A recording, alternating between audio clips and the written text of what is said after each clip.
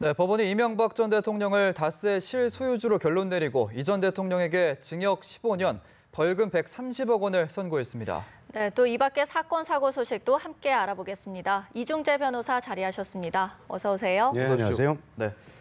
다스는 누구 겁니까? 라는 이 국민적인 물음에 대해서 결국 법원이 이명박 전 대통령의 소유다라고 명시적으로 밝히면서 1심에서 징역 15년을 선고를 했는데 일단 법원이 이렇게 판단했던 배경부터 짚어보죠. 예, 참 지금 앵커께서 말씀하셨습니다만 정말 오래된 논란이죠. 누구 거냐. 예. 그래서 이제 처음으로 이제 사법부에서 판단을 내렸는데요. 네. 근거는 이렇습니다. 예.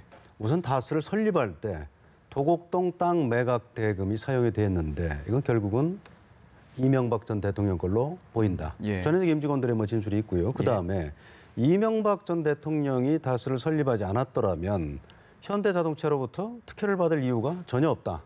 그렇죠? 다른 사람이 소유자라면 예. 이런 논리였고요. 그다음에 설립한 이후에도 경영 상황에 대한 보고를 이명박 전 대통령이 계속해서 받았다.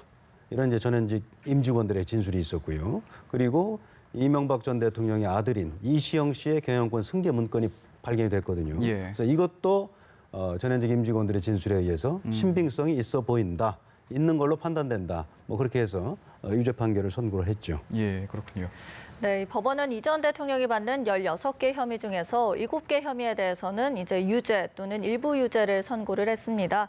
여기에는 다스 비자금 조성, 또 삼성 소송비 대납, 그리고 또 이팔성 부정처사 부분이 모두 일부 유죄로 포함이 됐는데 사실 뇌물 액수가 형량을 갈랐다 이렇게 볼 수도 있을까요? 그렇죠. 뇌물이 가장 중요한 부분이죠. 예. 횡령도 있습니다만은 뇌물은 우리 그 특정범죄 가중처벌 등에 관한 법률 위반, 거기에서 액수가 1억 원이 넘어가면은 10년 이상 또는 무기징역까지 처할 수가 있거든요. 그리고 이런 법률에 근거해서 법원에서 이제 양형 기준표라는 걸 만들어 놔요. 우리 대법원에서 구체적인 사건에 적용을 거기를 보더라도 뇌물 액수가 5억 원 이상이면 기본 형량이 9년에서 12년 이렇게 되어 있습니다. 그리고 지금 이명박 전 대통령의 경우에는 뇌물을 받은 다음에 실제로 부정한 처사까지 했거든요. 예. 이팔성 전 우리금융지주 회장 연임 문제라든가 그대로 시켜줬단 말입니다. 그렇기 때문에 뇌물을 받고 이렇게 부정한 처사까지 실제로 행한 경우에는 양형 기준표에 의하면 11년 이상 무기징역까지 가능하도록 되어 있습니다. 예. 그런데 지금 이 사건에 있어서는 법원에서 뇌물로 인정한 액수가 85억 원이거든요. 예. 그렇기 때문에 15년을 선고한 거고 어떻게 보면 이런 점에서 볼 때는 15년도 그렇게 무거운 형은 아니다. 저는 그렇게 생각을 하고요. 예. 어쨌든 뇌물이 형량의 주요 변곡점이 됐다 이렇게 생각을 합니다. 네, 일단 1심에서 법원은 이렇게 판단을 했고 이 전 대통령이 이제 언론 보도에 의하면 굉장히 실망스럽다는 반응을 보인 것으로 알려져 있는데 항소 가능성은 어떻게 보십니까?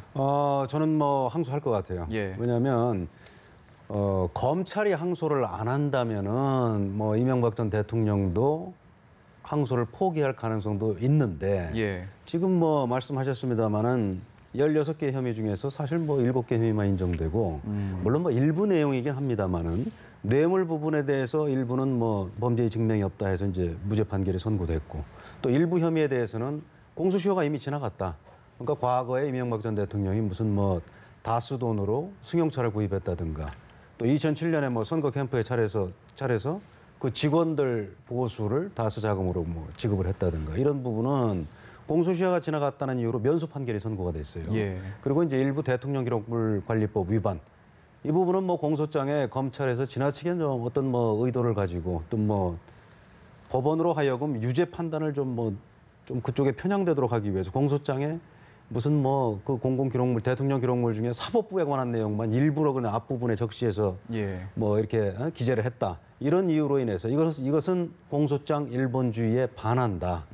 이런 이유로 해서 공소 기각 판결까지 했단 말입니다. 예. 그렇기 때문에 검찰로서는 지금 큰 액수에 있어서는 기소한 것처럼 유죄 판결을 받았다 할지라도 너무 지금 무죄나 면소 공소 기각 판결이 많아요. 예. 그렇기 때문에 검찰에서는 항소할 의견을 밝혔고 또 이명박 전 대통령은 지금 동부구치소에서 선고하는 날은 안 나왔지 않습니까? 예. 그런데 이제 선고 소식을 이제 변호사 중 한 명인 강훈 변호사한테 이제 전해 듣고 강훈 변호사가 이제 동부구치소로 갔다는 거예요. 그래서 지금 이렇게 형이 선고됐습니다. 항소할 것을 한번 좀 검토해 보시죠. 그러니까 이명박 대통령도 알았다. 이렇게 얘기를 하고 다음 주 이제 월요일 날 다시 이제 강훈 변호사가 동부구치소로 접견을 가서 이제 최종 결정을 할 것 같은데요. 어차피 근데 검찰도 항소를 했고 예. 그다음에 이제 이명박 전 대통령 입장에서도 10여 년 이상 다스는 내 게 아니다 이렇게 부인을 해왔는데 뭐 이번에 사법부에서 다스는 이명박 전 대통령께 맞다 이렇게 했기 때문에 가장 치명적인 부분이 지금 법원으로부터 부인당했단 말입니다. 예. 그렇기 때문에 항소할 가능성이 저는 높다 이렇게 생각을 합니다. 예. 네, 이 전 대통령에게 실형을 선고한 이 부장판사, 정계선 부장판사에 대한 관심도 참 뜨거운데요. 95년에 37회 사법시험에서 수석 합격을 했고 또 그 뒤에는 전직 대통령도 사법 처리를 해야 한다 이렇게 좀 소신을 밝혀서 화제가 됐는데 그 소신을 실현했다는 평가가 나옵니다. 그렇습니다. 그때 뭐 이걸 뭐 예상하고 그렇게 한 건 아니겠습니다만은 37회 사법시험 95년도에 이제 수석으로 합격을 했고 그때 이제 언론과의 인터뷰에서 뭐 이런 얘기를 했다고 해요. 전직 대통령이라도 잘못이 있다면 당연히 뭐 사법 처리해야 된다. 예. 그리고 판결은 어차피 저 정의를 실현하기 위한 뭐 수단이기 때문에 법률이라는 거는 정확한 법률의 적용을 위해서는 인간과 사회에 대한 이해가 필요하다. 그래서 뭐 이런 이 얘기를 하면서 평소에 뭐 탐독하던 뭐 전태일평전 이런 것도 네. 다시 한번 합격 후에 뭐 읽었다. 그렇게 하면서 이제 법관 생활을 하면서도 뭐 우리법연구회 회원으로도 활동을 하고 그다음에 이제 특히 이제 금년 2월부터는 우리 서울중앙지방법원에 이게 부패 전담부입니다. 예. 여성 재판장으로서는 처음으로 부패 전담부의 재판장을 맡았다고 그래요. 그래서 본인이 뭐 인터뷰할 때 예상한 건 아니겠습니다만은 어쨌든 본인의 평소 소신에 따른 법률을 적용할 그런 사건을 본인이 뭐 처리하게 됐고 예. 또 그런 소신에 따라서 판결을 했다. 뭐 이렇게 생각을 합니다. 그렇군요.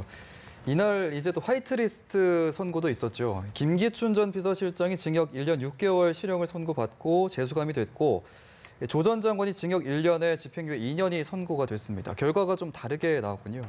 결과는 달라요. 그러니까 보니까 지금 이렇습니다. 김기춘 전 비서실장은 정말 이걸 기획하고 제대로 실행이 안 될 경우에는 뭐 하급자들을 질책하고 이런 주도적인 입장에 있던 인물이었다. 예. 이게 이제 사법부의 판단이에요. 예. 그렇기 때문에 실형을 선고한 거고요.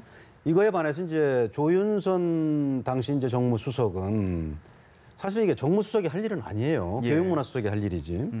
그러다가 이제 중간에 어떻게 이제 뭐 끼게 돼서 뭐 비서실장이 지시하는데 안 할 방법은 없는 거고. 그 다음에 이제 또 이걸 지시할 때도 그 뭐 지시를 받아서 자기도 지시를 해야 하지 않습니까? 지시를 할 때도 그렇게 뭐 피해자들을 그렇게 심하게 압박은 하지 않은 걸로 판단된다. 예. 뭐 이렇게 해서 이제 법원에서는 실형을 선고하지는 않았어요. 집행유예를 선고했는데 다만 이 두 분이 다 지금 이걸로 끝난 게 아닙니다. 예. 지금 소위 말하는 화이트리스트는 뭐 정말 뭐 전경련에 얘기해서 보수적인 단체들의 좀 자금을 지원해라. 그래서 친정부적인 좀 뭐 활동을 좀 할 수 있게. 예. 어떻게 보면은 좀 이것도 나쁜 범죄입니다만은 블랙리스트보다는 상대적으로 조금 저는 뭐 좀 덜한 범죄 아니냐. 좀 뭐 비난 가능성이. 예. 더 큰 거는 이제 비난 가능성이 큰 거는 지금 말씀드린 블랙리스트죠.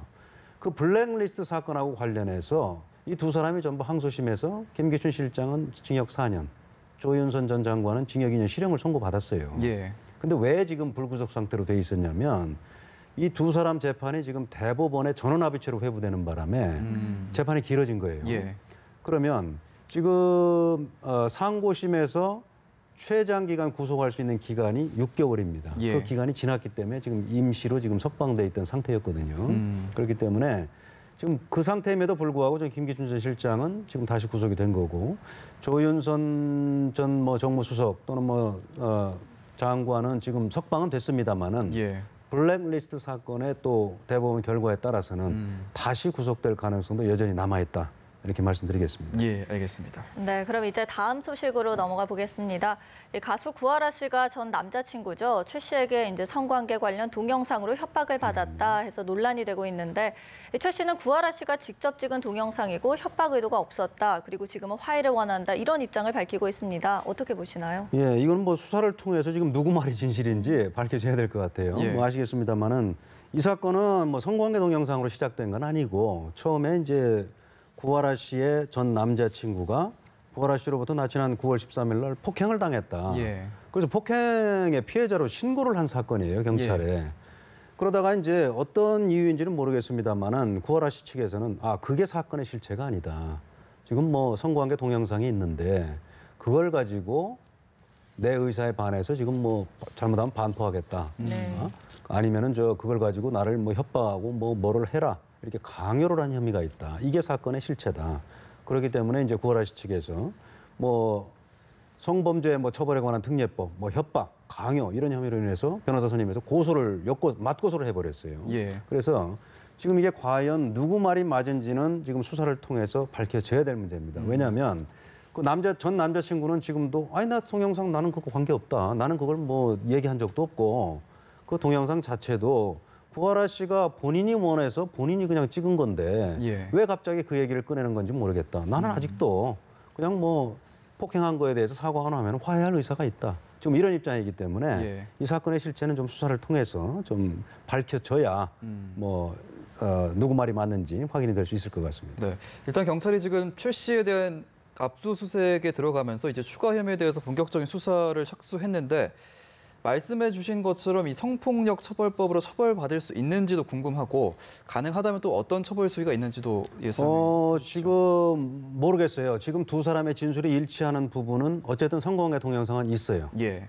그리고 이제 최 씨 측 얘기는 뭐냐면 내가 찍자고 한 게 아니고 구하라 씨가 뭐 우리가 뭐 좋을 때 뭐 사랑하는 관계 이런 모습을 좀 담아놓고 싶다. 예. 그렇게 얘기해서 그냥 핸드폰 주고 찍어라.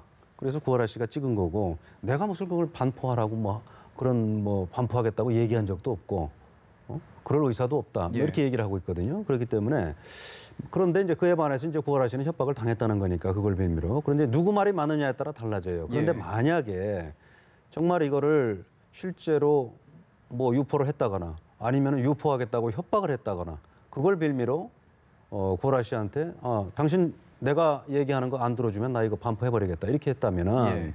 그거는 뭐 심각하게 처벌될 수 있습니다. 그래서 의사에 반해서 만약에 그걸 정말 촬영을 했다면은 그거는 뭐 5년 이하 징역에 처해질 수 있고요. 예. 그다음에 처음에 찍을 때는 뭐 동의를 받았다 하더라도 사후에 의사에 반해서 그냥 다른 사람한테 유포를 했다거나 이런 경우는 3년 이하 징역에 처해질 수 있고요. 예. 또 형법상의 강요죄도 5년 이하. 다만 이제 협박은 3년 이하인데 예. 뭐 형량은 그렇게 아주 높지는 않아요. 요즘 예. 뭐 말하는 국정농단 사건 이런 거에 비하면 형량은 낮은데 어쨌든 최고 형량이 5년이고 전부 인정된다면은 5년에 2분의 1까지 가중시켜서 7년 6월까지 최고형이 선고가 될 수 있습니다. 그렇군요. 네, 이렇게 이 최근 리벤지 포르노 범죄에 대해서 강력한 처벌을 요구하는 목소리가 점점 커지고 있습니다. 현재 이와 관련한 국민청원에도 16만 명 이상이 참여를 하고 있는데 어떻게 강력한 제도적인 개선책이 좀 나올 수 있다고 보시나요? 글쎄요, 법률 정말 뭐 이렇게 청원이 많고 그러면 이제 그게 국민 여론일 테니까 물론 뭐 20만 명 넘어가면 뭐 청와대에서 답변한다고 했습니다만 네. 그걸 판단을 해야겠죠. 이게 정말 국민 대다수의 의사가 맞은지 또 리벤지 포르노라는 거는 뭐 글자 그대로 남녀가 뭐 정상적으로 사귀다가 헤어진 다음에 그냥 뭐 정말 요즘 젊은 사람들 하는 말로 쿨하게 헤어지면 다행인데 예. 그걸 빌미로 상대방한테 복수하기 위해서 사귈 때 뭐 촬영해놨던 이런 뭐 영상을 갖다 복수를 위해서 배포하는 아주 나쁜 범죄거든요. 그리고 이제 특히 이걸 뭐 연예인이라든가 무슨 뭐 정말 뭐 공무원이라든가 이런 일반 대중에게 많이 알려진 인물들에게 이런 걸 가지고 협박을 하면은 정말 그 피해가 상상을 초월할 정도거든요. 예. 그렇기 때문에 이번 청와대 청원 이런 걸 계기로 해서 좀 여론을 좀 면밀히 분석을 해서 좀 이거는 좀 가중 처벌하는 법률을 만들 필요도 있다. 저는 뭐 그렇게 생각을 합니다. 예, 가중 처벌의 필요성이 있다라고 말씀해 주셨습니다. 오늘 법원의 이명박 전 대통령에 대한 1심 선고 내용 그리고 주요 사건 사고 소식 이중재 변호사와 함께 짚어봤습니다. 고맙습니다. 네, 감사합니다.